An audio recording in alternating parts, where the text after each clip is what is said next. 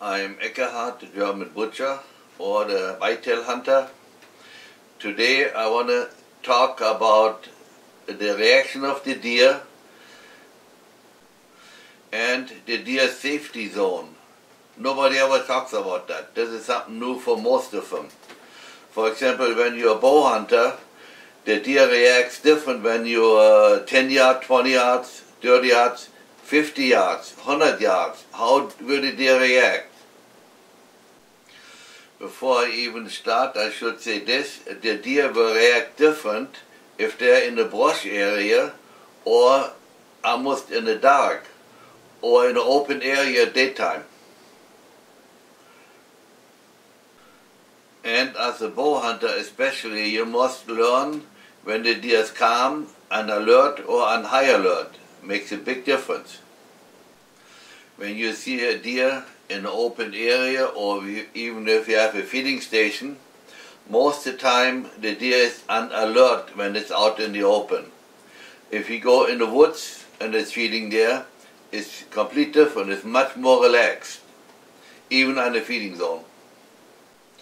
A good sign is when it's on alert, even if it's feeding, but she goes, or the animal goes down with her head, gets some food, comes up and looks and listens. That's a sign that she already is on alert. She does that. Whenever she eats all the time, she just goes down with her head, comes and looks and listens. When they're relaxed, they don't do that so much. You see that the difference if you hunt in the open or in a wooded area. There you really can see the difference. The next good sign is when the deer all of a sudden starts walking with stiff legs.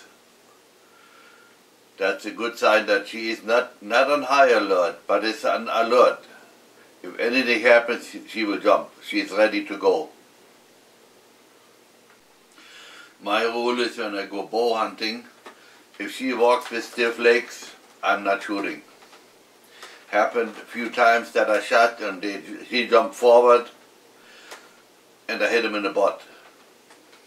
The last time that happened to me was the crossbow hunting, and I saw a deer in front of me, 18 yards, 17 yards, and I wanted to pull the trigger, was standing perfect, had the safety on.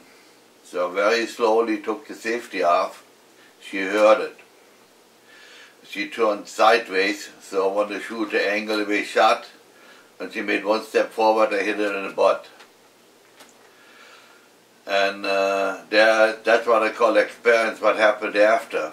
I wanted to go and find the blood trail.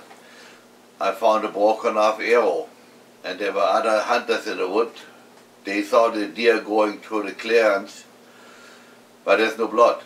If there's no blood, you don't have to follow it. And if I would have followed it that day, she would have walked out of our area and not lay down and try to rest. So next morning after the hunt I went and I found that deer. I'm sorry to say it was still breathing. It suffered for a long time. But those things happen when you're a hunter.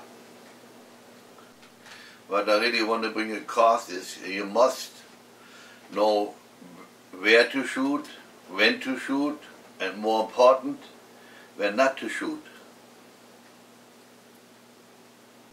I said before that the last time when that happened to me, that's been 10 years ago. It's a long time ago. Since then, if it's not a good shot, I stay away. I don't shoot no more. Now I come to my end for today. All I want to say is have a good hunt next time you go hunting. Or in Germany, what you'd say, White Man's Heil.